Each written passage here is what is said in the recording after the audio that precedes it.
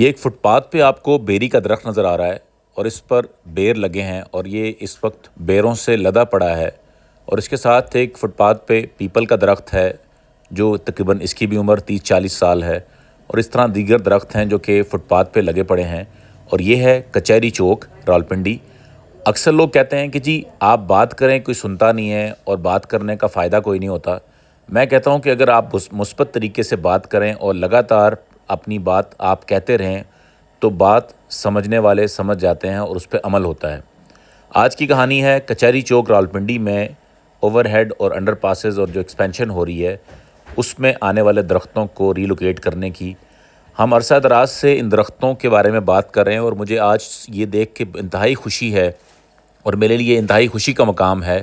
کہ آج جب میں ان درختوں کو وزٹ کر رہا تھا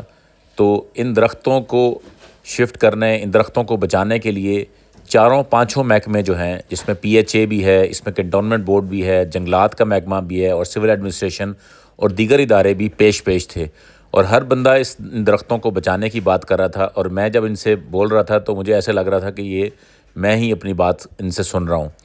تو یہ جناب آپ کو ایک بڑا خوبصورت سا درخت نظر آ رہا ہے، یہ ایک میرا خیال ہے دراوے کا درخت ہے، اس کے اوپر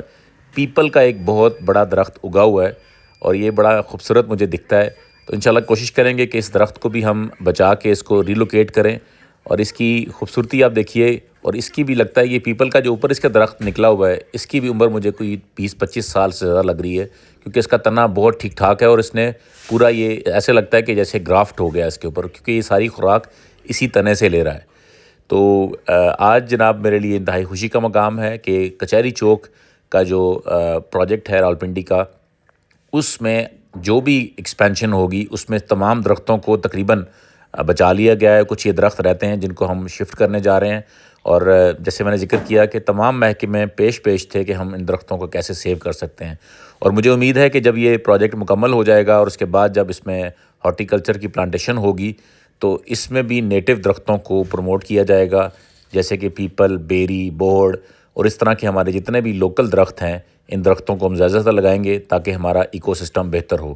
تو انشاءاللہ اگلے چند دنوں میں یہ درخت بھی یہاں سے ہم اس کو آسانی سے اس کو ریلوکیٹ کر دیں گے، ان کو پرون کریں گے اور یہ درخت پارک میں لگا دیے جائیں گے۔ کچھ درخت ہم تخت پڑی میں شفٹ کریں گے، کچھ 502 پارک میں شفٹ کریں گے، اور کچھ درختوں کو ہم کوشش کریں گے کہ اسی علاقے کے مختلف پارکس کے اندر یا گرین بیلٹس میں ان کو لگا دیا جائے۔ تو آپ بھی اپنے علاقے کے درختوں کے بارے میں، ماحول کے بارے میں آواز بلند کریں، کیونکہ میرا یہ پچھلے 5-7 سال کا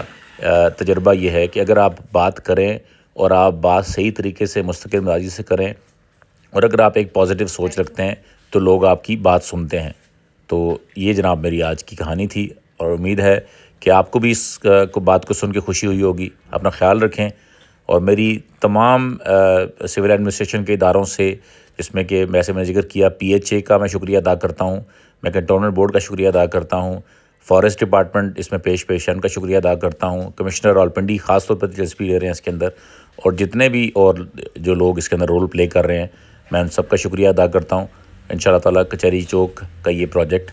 خوشی سے اچھی طریقے سے تکمیل کو پہنچے، اور یہ دیکھیں یہ درخت اس میں سے نکال کے دوسری جگہوں پہ سیفلی کھود کے نکال کے شفٹ کر دیے گئے ہیں جو پہلے کاٹ دیے جاتے تھے۔ السلام علیکم۔